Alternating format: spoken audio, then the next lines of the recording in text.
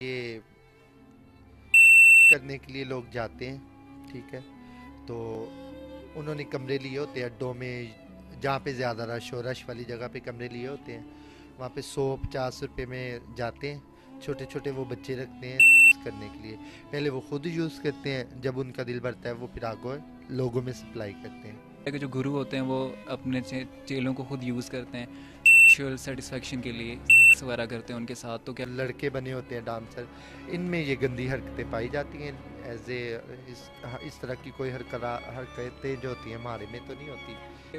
14 یا 15 سال کا ایک بچہ انہوں نے بتایا کہ صاحب کا بیٹا تھا اب وہ ہمارے پاس آ رہا ہے، تو یہ بھی سنا ہے ہم نے کہ جو خواجہ سرا ہوتے ہیں وہ لوگوں کو بہکا کے، بچوں کو بہکا کے اپنی طرف وہ جو مائل کرتے ہیں اپنی فیلڈ میں، تو کیا یہ بات سچ ہے؟ ناظرین، اس وقت ہم لوگ خواجہ سرا ثنا گوری کے گھر پر موجود ہیں، ان سے بات کریں گے اور جانیں گے کہ اپنی لائف کس طرح گزارتے ہیں۔ السلام علیکم جی۔ وعلیکم السلام، کیا؟ ثنا کیسی ہیں آپ؟ جی بالکل ٹھیک ٹھاک۔ اچھا، سب سے پہلے آپ کی فیملی پہ آ جاتے ہیں، بلکہ سب سے پہلے آپ کے نام پہ آئے تھے، ماشاءاللہ بڑا اچھا نام ہے، تو یہ کس نے رکھا آپ کا یہ نام؟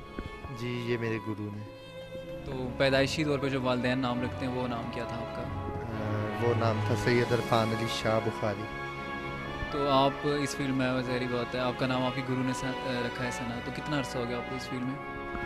مجھے تقریباً 10 سے 12 سال ہو گئے اس فیلڈ میں۔ تو آپ کو فیل کیسے ہوا کہ آپ دوسرے لوگوں سے الگ ہو؟ جب میں 10 سال کی تھی تب مجھے فیل ہوا کہ میں خواجہ سرا ہوں۔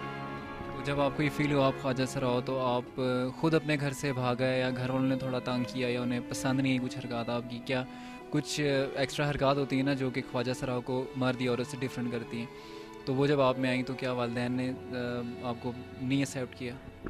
نہیں نہیں، ایسی کوئی بات نہیں ہے، میرے والدین نے مجھے کیا تو خواجہ سرا تھے جو ہمارے ایریا کے، ان کو پتہ چل گیا کہ یہ بھی خواجہ سرا ہے نا، ہمارے جیسا ہے، ہماری جنس ہے، ہمارے جیسا ہے، تو وہ پھر مجھے لے گئے میرے گھر سے۔ تو آپ نے جب الگ ہوئے ان سے تو اپنے گھر والوں سے، ظاہر ہے شروع میں تو لائف بڑی مشکل رہی ہوگی؟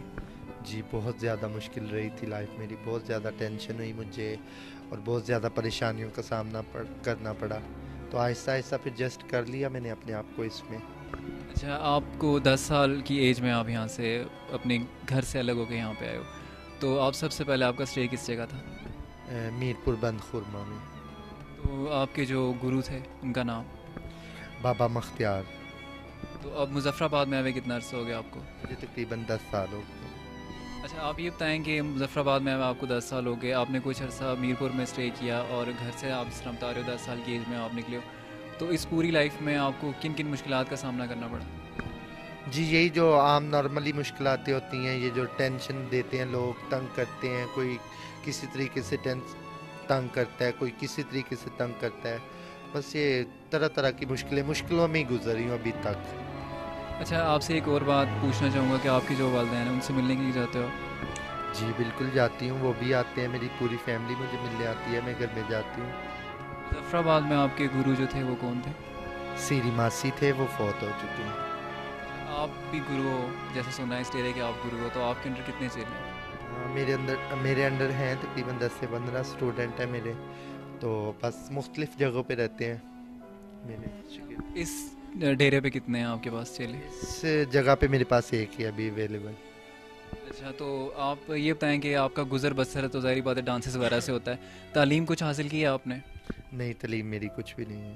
اچھا سنا، تعلیم آپ نے کیوں نہیں حاصل کی؟ کیا مشکل ہوتا ہے خواجہ سراؤں کے لیے ظاہر ہے تعلیم حاصل کرنا، کیونکہ ایکسیپٹنس معاشرے میں اتنی نہیں ہے؟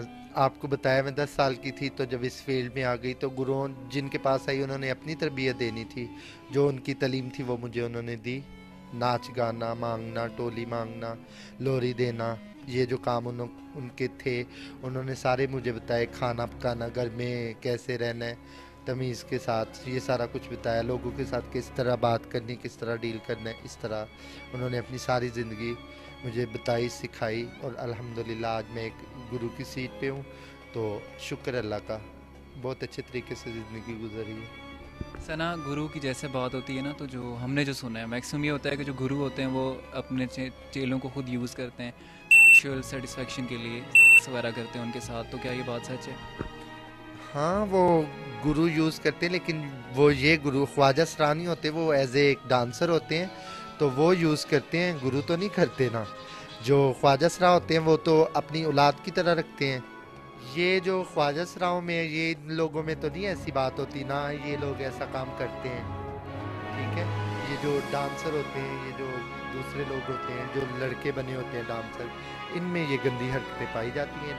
ऐसे इस तरह की कोई हरकतें जो होती हैं हमारे में तो नहीं होती, क्योंकि हम लोग फैमिलीज़ में जाते हैं, रात को शो करने जाते हैं, दिन को फैमिलीज़ में जाते हैं, हमें बड़े अच्छे तरीके से लोग डील करते हैं। अगर हमारे में कुछ ऐसी हरकतें हों तो हमें कोई घर में घुसने दे। अच्छा सना, अभी जब हम लोग इस प्रोजेक्ट पे रिसर्च कर रहे थे ना, ज़ाहिर है यहाँ पे मौजूद और भी काफ़ी ज़्यादा डेरे हैं जहाँ पे ख्वाजा सरा हैं। तो आपने जैसा पहले बताया कि वो ख्वाजा सरा नहीं मर्द हैं, वो डांसर्स हैं, लेकिन उन्होंने अपने आप को ख्वाजा सरा मशहूर किया है।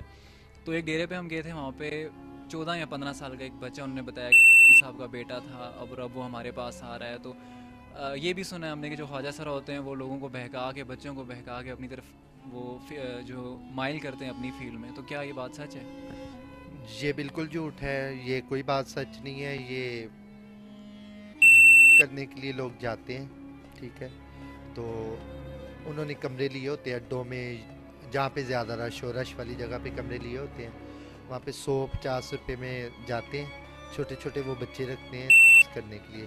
पहले वो खुद यूज़ करते हैं, जब उनका दिल भरता है वो फिर आगे लोगों में सप्लाई करते हैं, ठीक है।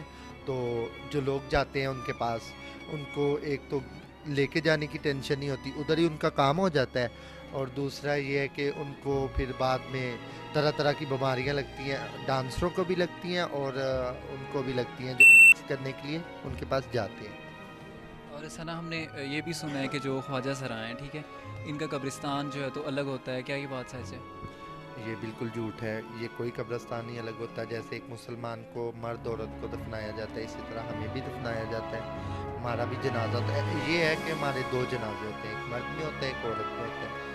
तो हमें नॉर्मल लोगों की तरह दफनाया जाता है, दिन में सब सारी दुनिया के सामने हमें गुस्ल देते हैं, गुस्ल दे के कफन पहनाते हैं, जनाजा पढ़ाते हैं, जनाजा पढ़ा के कंधे पे लेके जाते हैं। हमारे रिलेटिव्स आते हैं, घर वाले आते हैं, माँ बाप बहन भाई ख्वाजा सराओं में आते हैं, लेकिन वो ऐसे आते हैं जैसे एक फैमिली में आए हैं और ख्वाजा सराई सारी रस्में करते हैं।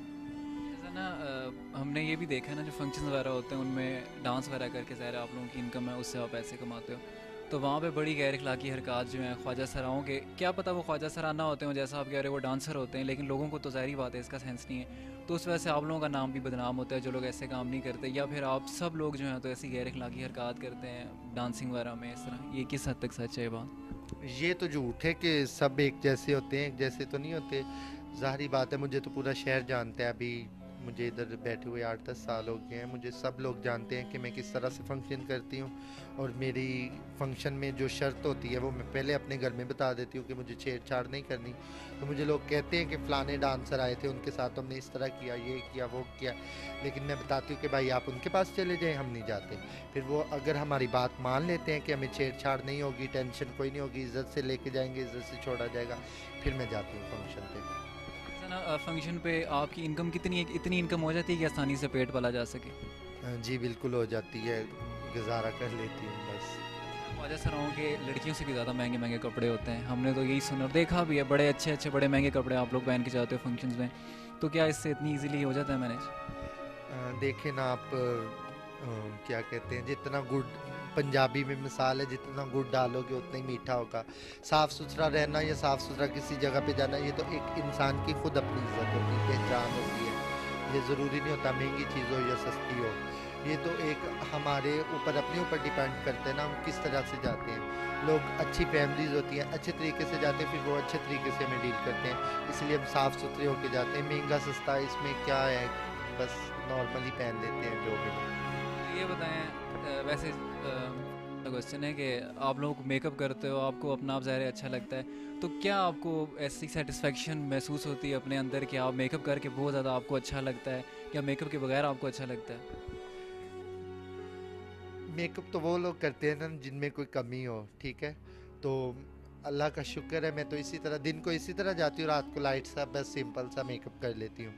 तो हर इंसान की यही ख्वाहिश होती है कि मैं सबसे अच्छी लगूं, सबसे प्यारी लगूं, और मुझे ज़्यादा लोग पसंद करें और अच्छा फंक्शन हो।